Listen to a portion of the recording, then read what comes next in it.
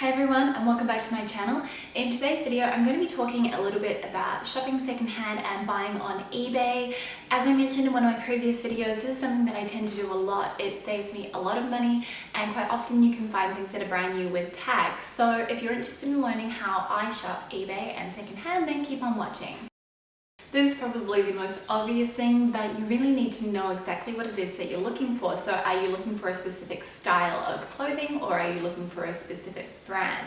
I typically tend to shop by brand as opposed to style, just as I buy brands that I know that fit me and I know that I can rely on, rather than buying something from an unknown brand which I don't actually know what the true value of it would be, and also not knowing what the quality would be like when I receive it. So that's how I tend to approach it. However, I think in the past I have purchased a black leather skirt, and I did that by just searching for the item. I knew exactly what style I was after and that turned out very well, except for we had a bit of a dampness problem in our old place and it just got absolutely destroyed, unfortunately, so I had to get rid of it. But that's how I tend to shop on eBay. The next thing you're going to decide is, are you going to be shopping locally or internationally?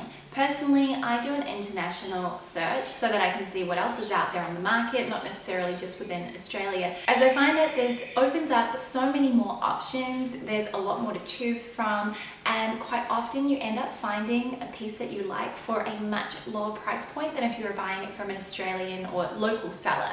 Things that you do need to keep in mind though are that the shipping costs can quite often be a lot more expensive, so these can be something like $35 or $40 as opposed to $10, so you need to factor that into your budget and how much you're willing to spend.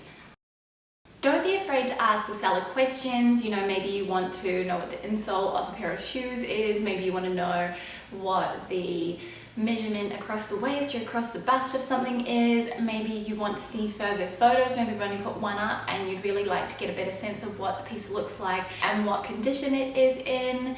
But I think that asking questions is probably one of the most important things that you can do, particularly when you're buying from a seller who doesn't have a lot of information written in the description box. I've actually had a few instances in the past where I bought things from sellers which they look fine, and then what I found when I've received the item is that maybe there's a bit of bleach that's being splashed across the skirt, or maybe there's a mark on a pair of shorts that I've been looking for 2 years. So as you can imagine, it can be really frustrating to receive these things and then find that they're actually not to the standard that you're expecting them to be. And for that reason, I think it's really important to make sure that you are asking questions, to make sure that you know exactly what it is that you're purchasing.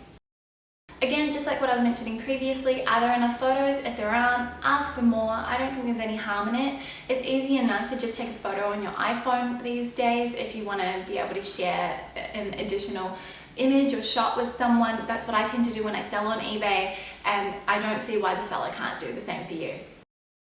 Once you finally found the piece that you're after, and by no means think that you're going to find it straight away. I've spent years searching for things, but I find that if you really want something, it's always worth the wait. The next thing to do is bid. And one thing I recommend doing is actually bidding in the last moments of the auction. So it really does mean paying a bit of attention to when it's going to end, but I find that that's the best way to get the lowest possible price that you can get for that item, particularly with eBay, because it doesn't auto extend the auction, unlike with Trade Me in New Zealand, which will auto extend the auction by 2 minutes every single time someone bids in those last 2 minutes. So just keep that in mind. I do think it's really helpful, and for me it definitely has resulted in some kind of like cost saving and saved me a lot of money. Finally, when you do receive the item that you've purchased off eBay in the post, just make sure that it actually meets the item description listed by the seller. Sometimes you'll receive it and you might see it's got a little bit of a pull in the fabric, or there might be a mark, so just check that. You can always try and resolve any issues with the seller, and don't forget that there is a PayPal protection or eBay protection guarantee for buyers who are purchasing things and get them that aren't as described. So you can either try and get a partial refund or ask the seller to refund you in full and you return the item if you're unhappy with it. I thought I'd actually show you a couple of pieces that I purchased off eBay, and I bought these for less than 10% of their retail value, and they were either new with tags or just as new. The first piece is actually from my spring capsule wardrobe, and it's this grey flannel skirt from Karen Walker. I've worn this so much, and it's just a really easy style to wear. I tend to buy quite a lot from Karen Walker, so that's one of my saved searches, and quite often I end up finding those archive pieces that I've been looking for. But this one here is very simple, but it definitely is a great everyday piece. The next piece is also from Karen Walker, but this one is a little bit more special, and this one I actually can't believe how little I paid for it. It is this one here. It's got this absolutely beautiful gold embroidery over the entire dress, and then it has ruffles at the bottom. This is one of these pieces that I've been wanting for a few years, and I finally managed to find it online, and it was brand new. I think it had just had the tag pulled out, so this has never been worn, and this was probably less than 5% of its actual price, I think. So I mean, as you can see, there are a lot of bargains to be had, and both of these pieces were in excellent condition when I purchased them. I have had things that just aren't in great condition, and it's not until you receive it, or maybe when you wear it for the first time, that you notice, and it's really disappointing. So just keep that in mind, that sometimes that does happen, and sometimes I think the sellers just don't even notice it. I know I've had the same thing happen to me when I've sold things and I haven't noticed a mark or a teeny pull, even though I check the garments as best that I can. So just make sure that you ask a lot of questions and check your item against the description once you receive it. Buying off eBay and Trade Me aren't the only options that you have if you want to buy something that is secondhand or new with tags that the previous owner just doesn't want. My favorite online source is a shop called therealreal.com. It's US based, but they have the most amazing selection. I get a little bit carried away looking through their shoe section because they've got some great shoes on there, and you can kind of filter through your size as well, so there's a lot to choose from. So I really like therealreal.com. So again, this is, you know, you're shopping from a consignment store, so you really need to make sure that if you're shopping online that you are checking the photos and making sure that you're happy with the condition that the item is in. Again, you can always contact customer service if you have further questions that aren't answered on the page, but I tend to find that when you buy from these stores, they have some quality checks in place to make sure that the items that they're selling are in good nick and they aren't going to be unsatisfactory to the buyer. The other thing to note is to make sure that you know your size when you're shopping from these sites, because if you don't and you receive it and you don't like it, sometimes they don't have very flexible returns policies. So make sure that you have a good understanding of the returns policy before you do buy something, just in case you need to return it.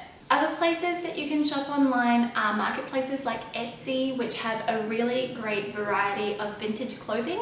I personally haven't bought clothes off Etsy before, but I do have friends who have, and I know they've had really positive experiences. And because it is a small, you know, a whole bunch of smaller marketplaces, the sellers tend to be really cautious of making sure that they maintain a good reputation and also sell quality items to their buyers. The other option is to go into local thrift stores. So I actually haven't been to any here in Australia, but in Wellington I did have two favorites, and that was Ziggurat, which is on Cuba Street, and also Soup, which is on, I think it might be Blair Street or Allen Street, if memory serves me correctly.